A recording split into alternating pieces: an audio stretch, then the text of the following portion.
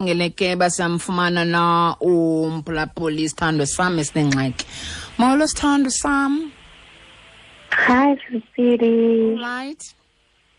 Ndikhona njani wena? Khona nam Sithando, masiye wethu.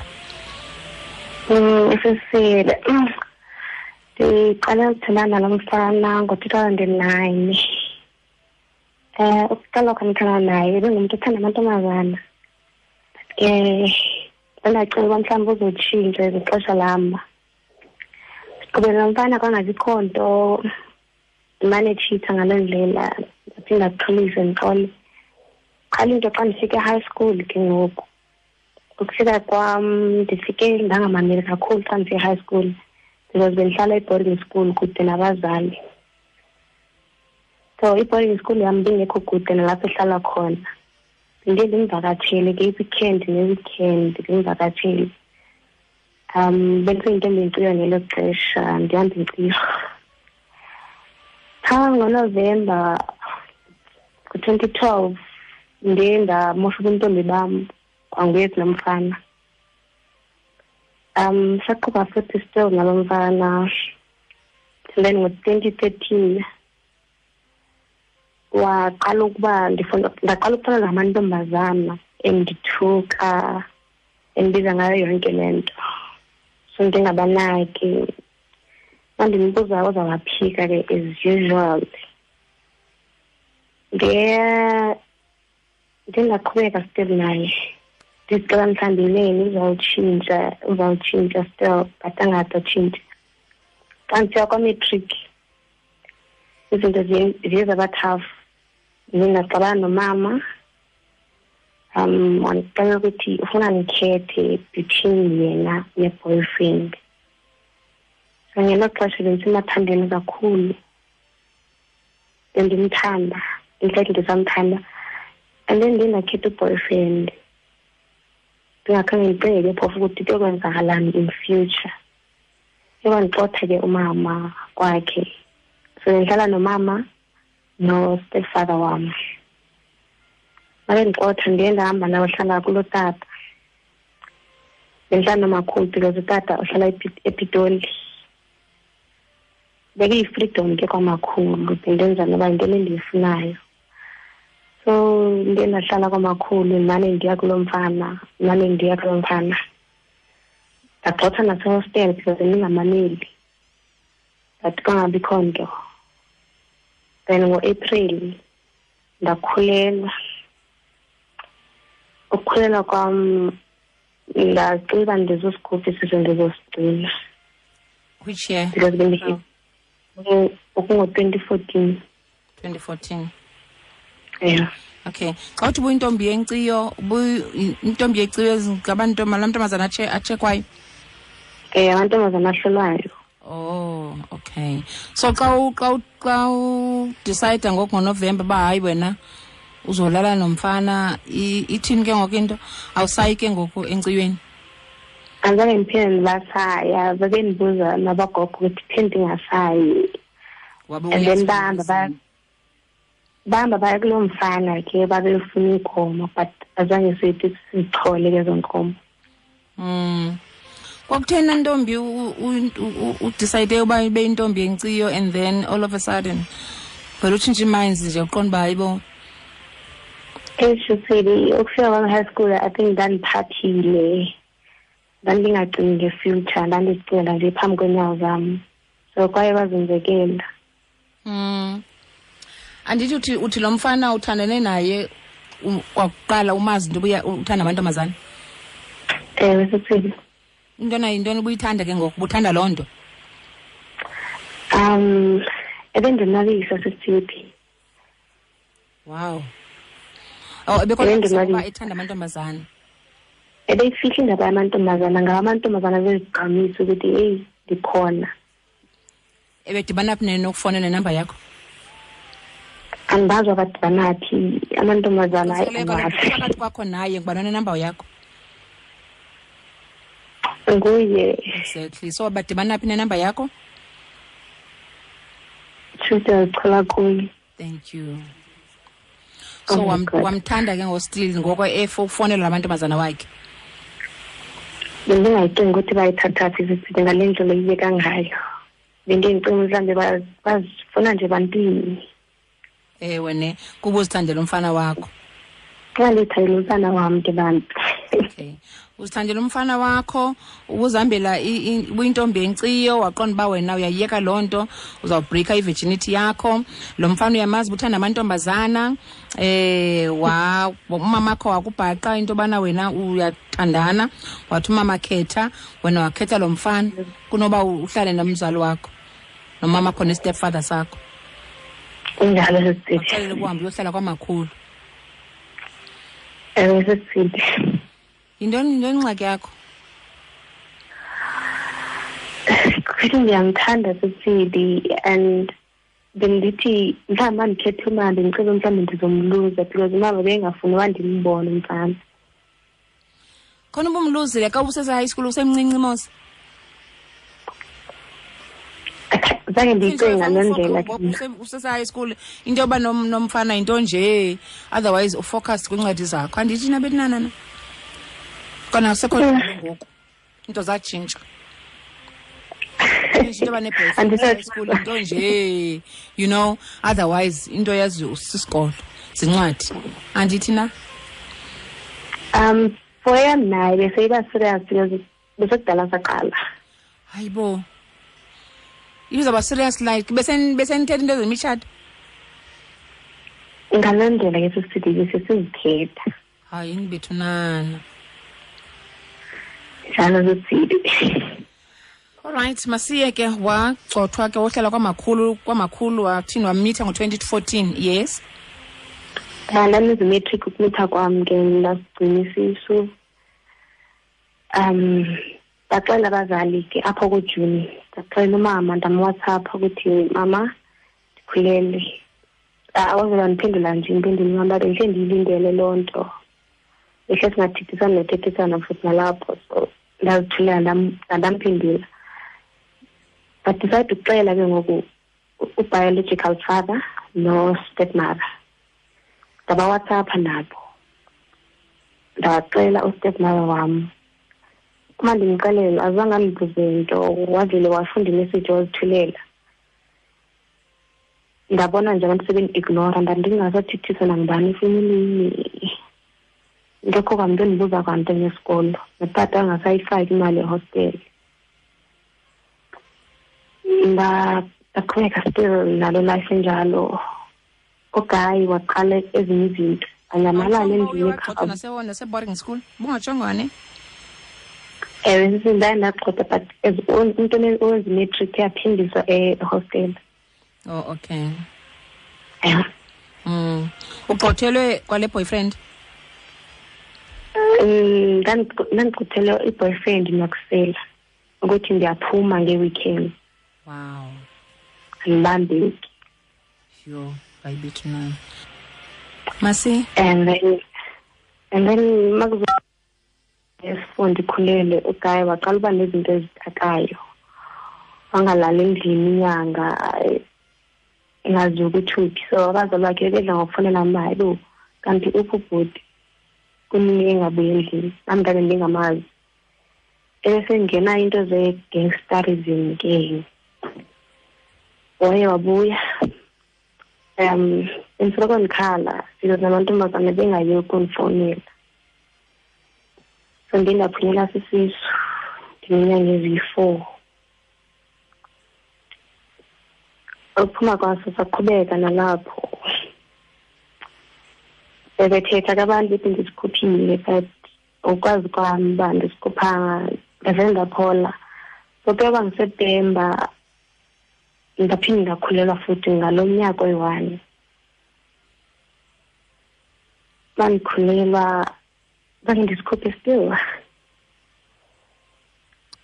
Ngicela ibhuti eKhayi ukuthi ndikhulelwe ngoku okwesibili.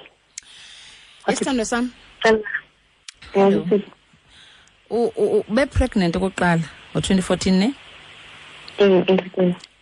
Usaphuma isisu. Yeah. Uyaphinda futhi same year uba pregnant. Kuyenzeka njalo izinto. kutheni nasithanda sam na awoyiki? Alright, andithi ubonile kokuqala uba xa ulele nomfana uzawuba pregnant, xa ulela naye ungacontraceptive, ulala nomfana ningacondomize, uzawuba pregnant, andithi? Ubuzazi mose zonto ezo xa usa-high school uyazazi izo nto? Life foundation nayifundiswa kudala. So kutheni ke ngoku uthi wawugqiba uphunyelwa sisisu uphinde ulale nalo mfana phezu koba uyazi uba lo mfana unamantombazana ayi-2011 kodwa uyalala naye without i-condom, ulala naye and wena ucontracept? Awoyiki into yokubana uzofumana STI, STDs, HIV and AIDS? Awoyiki nje kuba wena uthanda lo mfana, impilo yakho nje uyibeka esichengeni, uthi lo mfana makadlale ngayo? Kukubakheleza sisithi. No, kanjani? Ignore advice zabantu xa bandiwa mamela abantu alengisi. Kutheni lento njalo? Kutheni lento ingathi umntana o-rebellious, umntana ongafuni umamela? Awufuni umamela xa uthethiswa ngumama wakho uyemka uyohlala kwamakhulu kwamlebese because umakhulu kumakhulu uyazihambela uyazawuthela xa ufuna out yathini, uyahamba uyohlala e-boarding school uyagxothwa because uyaphuma ngee-weekends uye kulo mfana ubusithi uyasela kutheni na unjena nasithando sami? Bekutheni senje yintoni li-wrong? Yintoni le ikwenza ube nje? Mhlawumbi there's something esingayaziyo thina, le ndifuna uyazi ke ngokuba yintoni likwenza ube nje. Is it because ubuhlala no stepmother no stepfather mhlawumbi bengakunika uthando lwaneleyo? Sengutata right ekuthenge ngotata kum bengenanto. Then why ubunje? Andinokazi sithi ngabe ndiyaqha ukuba ndiyazi. Andazi. Noba utata wakho stepfather be-right ubufuna utatakho? Bendingamnakanga kangako utata, bengumntu endimcingayo because ukhona utata endlini. Ukutreata njengomntanakhe? Ebesisupporta, bengekho nto benganenzeli yona. And utata wakho your biological father naye ebekuhoyile on the other side? Ebenoyile.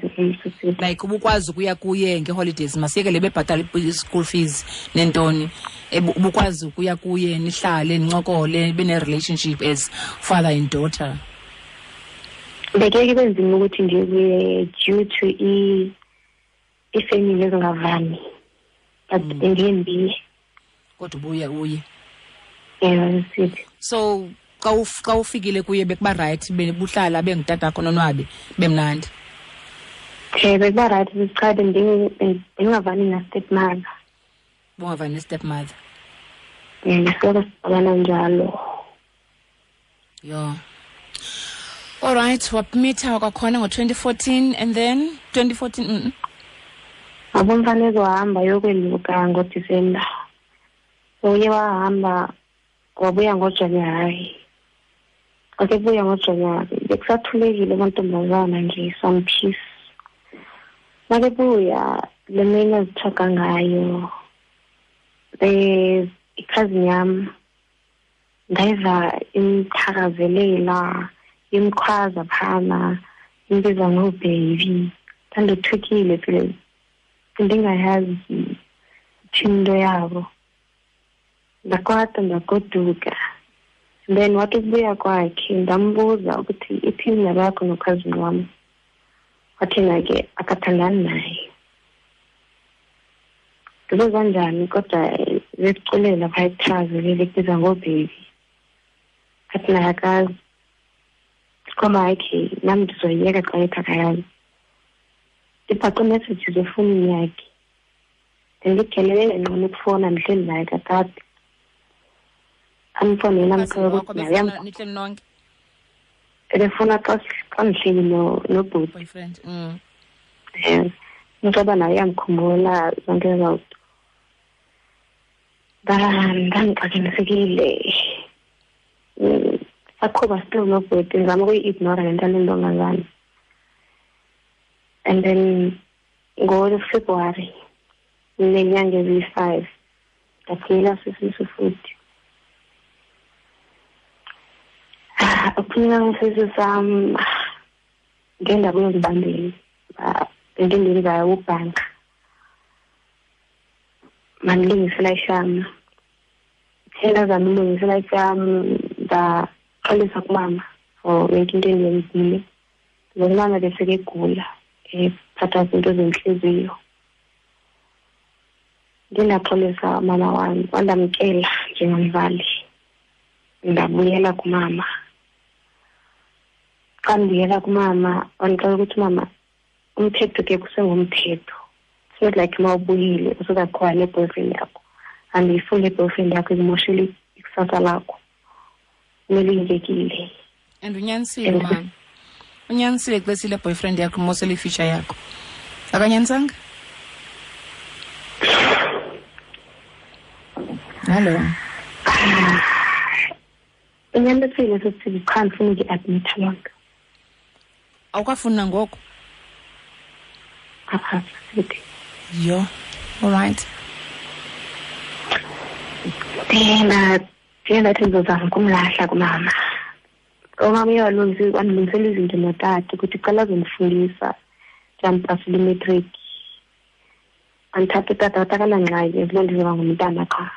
Ndindawela ngaze ePitoli.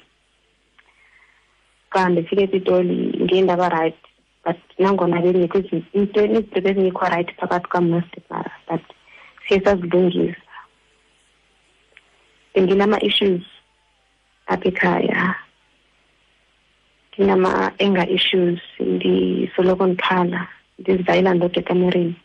Baye bandifunela i-psychologist, ndathetha ne-psychologist. Iyanginceda apho nalapho i-psychologist, but kule imeko ye-boyfriend ndingathi akakwazanga ukundinceda kuyo. Alright. Akakwazanga uthi psychologist uthi yintoni likuphetheyo? Yintoni wena likubanga uba uzivalele ube ne-anger issues? Uthe bendenza i-grieving since ndilahlekelwe ngabantwana. Bendisagriva for bona and bendingayiqapheli loo nto. Oh, le nto yenzeke after uluze punyelezi ezisu le nto yakho yozivalela yenzeke after loo nto nam bendingayiqapheli. Oh, okay, no, I understand. So zizaba right izinto communistepmara esenzama nokuzibulala izinto ezinjalo. Sisaqhuba kwenzeka yonke loo nto ngisaqhuba nomfana. Uzibulalela ntoni sithando sami? Bekuvele kufike ezo nto esifile ezo ngcinga xa ndihleli ndodwa. Okay, ingcinga ethini? Ndifuna uvala ngcinga. Chazele vele ufike ingcinga ethini kuba kutheni? Uqala bendi-guilt ukuthi umama uye wagula ngenxa yami. Yes. Ebezashiya i-sister zami kanti zona besamdinga, mina ndisamdinga. Yes. Sometimes ngihleli ndibe ne-picture yabantwana because ndababona nami besoleka. Kwazini ndababonisa usibelela. Okay. So bebe bafike engqondweni yami ndikhali kube ngathi ngingavele ndife kwam. Wow. Engikhulula. Okay. So sikhulekile nomfana still ndilapha ePitoli naye lekude sibele distance relationship. Base kuzophela nje unyaka past 2014. Sister zami zanixoxa uba ikhonda yenzayo ubhutiza ngapha namantombazane ndangayinaki. Nazothi gqi kwi-social network sendiphostela ngamantombazana endithuka ndibiza ngayo yonke loo nto. Ebebuhlungu amantombazana amayehlekisa nge-situation okuyo uvele ube defeated already. So nave ndahleka abanye baphendula nandiphendulela zitshomi ke apho ngakhanze ignora loo nto. Bese ndikwazi ukuthetha nabazali ke ngezinto zami and nabo bebendinceda ukuthi ndibe ndimyeke lo mfana. Ndingabathembisa abazali ukuthi ndizomyeka but bengakhange ndimyeke. Ndinamlahla ke emva kwalo drama leyo kwaze kwafika uDisemba. Phaa kuDisemba ndiye ndagoduka ugodeka kwam ndingadibana naye besahlukene njalo ndadibana naye wandicenga ngoba usandithanda usandidinga empilweni yakhe athi ngizobona ukuthi ngithini because I'm not sure ukuthi uzimisele utshintsho nyani ngalo December lowo not December on the same day esuka kum vele ndicenga wayolala nekhazini yami. Okay, loo nto leyo ndiyazi ngeChristmas ukhazini seke ndigcwalisela kuthi yena nditya indoda yakho what ndaphatha kakubi ndambuza ubhuti waphika ngabadibanisa bobabili wade wavuma phambi badibanisa ukuthi ewe ndilalile naye so nambuza ukuthi isebenzise i-protection na athi kum ewe uyisebenzisile waxolisa wathi asoze aphinde ndamxolela sosithile ngoJanuwari ndabuya ePitoli ndizophinde esikoleni ngithe ngisahleli njalo lava ukuthi ikhazini yami lekalele nayo ikhulelwe awutata nguye ngibuza ukuthi uthini yena ngale nto kuthiwa ngutata athi yena konguye itata umntana yesithando sami ngoba yesithando ndivile kwanele ngesi story sakho yazi into endifuna uyazi ngoku mas fast forward ithini into yakho ngoku apha kum ithini ingxaki yakho njengoba ubhuti emithise ikhazini yami andizazi noba ndihlale kule-relationship noba ndingahlali andizazi noba xa ndihlala umntana xa ngowakhe ndizoqede ndithini uba ndiyamyeka what if umntana ke ngowakhe confused sisidi boyfriend kutheni uzawufuna ukuhlukana naye ngenxa yoba umntana mhlawumbi kakhazini ngoba ngowe boyfriend waye ungahlukani naye ngereasons zakho andithi boyfriend oko naqala uthandana ngo-2009 ne oko wathanda amantombazana oko yes ngoku yintoni ngoku le yintoni lingaka ngoboyfriend khandixelele khandinike mhlawumbi into noba ziyi-3 uthi uyamthanda ngoba uthe because mna andiboni relationship up andiboni uba uyakuthanda lo boyfriend ngaphandle uba uyakuyuza because iyayazi uba noba ngahamba olala noSipho ahamba olala noAyanda ahamba olala noHlengiwa ahamba olala nobani xa sephinde buyela kuwe sithi I'm sorry ndiyakuthanda uzamamkela uyikhubani ukufundile uboyfriend yakho ba ngulo muntu nje omthanda kakhulu so noba wenzani uzayenza lento ayenzayo kodwa uyayazi buya kwakhe wafika ko wathi I'm sorry kuphelile ingxabano uyaqhubeka unyathandana naye uphunyelwa zizisu kabini kutheni uphunyelwa zisisu ayiso awungastresswa into yakhe ezenzayo izinto zakhe azenzayo yes kuzozozibini sisu kuzozozibini usamthanda lo muntu kanye ngoku senzeke ezo zinto ezo waphinda wevubuka uthandana nokhazini wakho wamithisa ukhazini wakho usamthanda uza apha eradiweni uzobuza ubuthini na kuba usamthanda ndisamthanda uthanda ntoni nantso ke ngoyi-question yam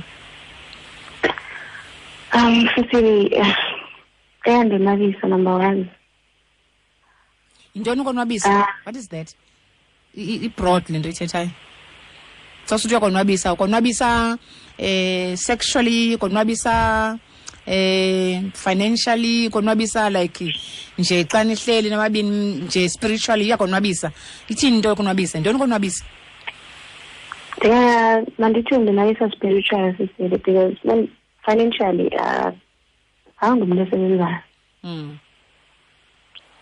so andinabisa spiritually like mandihleli naye then this is really comfortable. Number 2, uyakwazi ukunimotivate when I feel like giving up.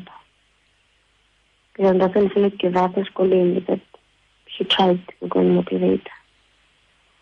Into esithathu Start, I think it was besendaziwa kokwabo umama akhe utata yakhe. Bese feel like I'm welcome. Buka wenza you are tester for HIV and AIDS. Yena testa sesidi if you want this that. And clean. And November now. Oh, masithi mhlawumbe useke window period akubonakala ube negative. Iyo. Yeah, yes, don't be enzeka. I'm not saying you positive. All I'm saying is xa usiya ngoku uyotesta kuthiwe hayi negative. Kufuneka uphinde uye mhlawumbe after 6 months so that kubonakala ba if you eat ke ngoku wakhona negative then you are negative. Okay, mphinde sesithi. Kodwa ke ngoku usanwabile ba uthe negative. Andonwabile kuba ukuyiva kwam ndindonwaba kakhulu ndakhululeka. But usazimisela uqhubeka ne-boyfriend yakho ulale nayo without a condom. Andisoze ndingasebenzisa i-condom sesithi nakanjani. Ubungayisebenzisi kaloku kokoko. Uzayisebenzisa kanjani ngoku? Nabo ngoku I think ndi-matured enough ukuzibenzela i-decisions ezinjengezokuprotecta mna. Kodwa ukho matured enough ukubona ukuba le boyfriend yakho ngoku udlala ngawo. Kunzima sisithi kade ndizama. Awukho matured enough into kokubana ukufocus kuwe uthi uzithande wena ufocus kuwe nelife yakho nemfundo. Ufuna uba yintoni apha xa unje? Ufuna uba yintoni xa umdala? Ndenza psychologist sisithi. Ufuna uba yi-psychologist? Yeah. Okay. All right. Wow. But uzawufocusa nini ke ngozincwadini? Uyafunda ngostela? Ndiyafunda ngosisithi. Funda phi? Ndifunda eJoburg. Oh, okay. Yeah. But awukwazi ufocusa because usacinga lo muntu wakho nale nto kumithisa kwakhe cousin wakho. Ngiphakamisa kakhulu ke and leyo kumithisa cousin yami yiyo endenza ngingakwazi ukudecide. Mna as uthe side yayo sisithili andiboni kwanto exakileyo apha into banje qha nyani ke uyamthanda boyfriend wakho and andazithanda ntoni ndiyayiva lezo zibalayo zoba spiritually xa uhleli naye uyakonwabisa uyakumotivata ezifundweni zakho but ukumoshela ifuture. Lonke lo muntu othethe izinto ngaye kwangulo muntu omosha ifuture yakho kwangulo muntu othi ubuyintombi yenciyo oziceleleyo ba wena uzawuzigcina ubuntombi bakho kude kufika ixesha lakho othanda ngalo ukubona but waqonda ba kuba uthanda nalo mfana uyayiyeka naloo nto leyo yalo nciyo ba intombi yenciyo uzawulala nomfana walala waqhubeka naye without a condom pregnant saphuma isisu waphinda futhi siphumile isisu pregnant saphuma nesinye isisu still usamfuna lo mfana usamthanda lo mfana ukubani. Yeah, so uphilela lo mfana kahle awunayo into obana mna ndingubani mna ndifuna uba into ethile bomini ufocus kuwe uzithande wena into ocingayo nje uqinisekile ngokuhlela apha kulo sikolo ucinga lo mfana ba I wonder like nje bondibhalele nje ngale nto cousin wakho ucinga ngaye awucingi ngawe uyakwazi ucinga ngawe wena siqu sakho. Ndike ndizixesha zesidi cinga sake sive baba zawuthina baphulaphula otherwise le mna andiboni ayikho i-relationship apha and andiboni into uba mawuqhubekeka nalo mfana mna othi wena uyamthanda phantsi kwazo zonke izinto akwenze zona uyakuhlukumeza yevele ukuthi umuntu ukuhlukunyezwa kokubethwa ngesabhokho okanye ngenduku ezi zinto azenza kuwe emotional abuse yona ibuhlungu kakhulu kunazo zonke izinto ezikho emhlabeni ukubani. And uyaku-abuse emotionally and uyavuma nawe uba aku-abuse emotionally.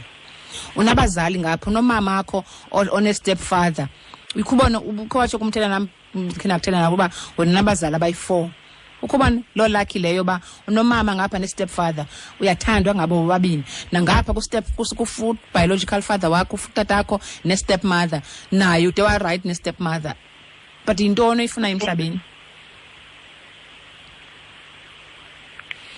ufuna lo boyfriend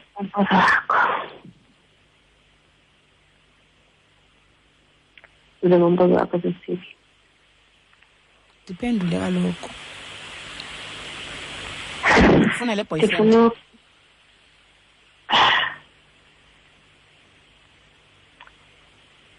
lenza nto kaninzi sesiphi ngalendleleka ngayo nawe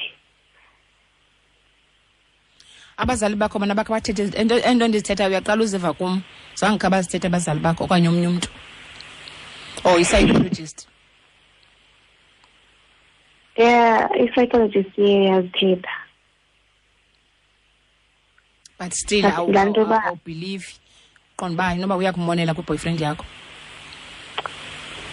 I feel like Cecile into endenzayo ngoku mna ndifuna ukupruvela abantu ukuthi ndingatshata nalo mfana andisazi I don't know uzozitshata nasithando sami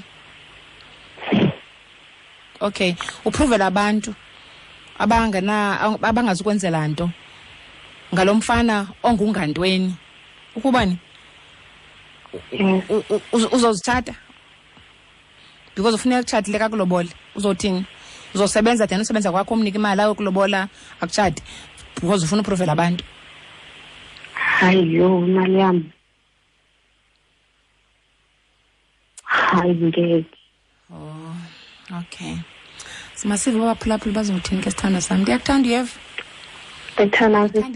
indlela oziphethe ngayo kodwa yona indlela oziphethe ngayo andiyithandi kodwa wena ndiyakuthanda nendlela owenza ngayo izinto andiyithandi but wena ndiyakuthanda ngazi uba yenza isense nanto ndiyithethayo bye bye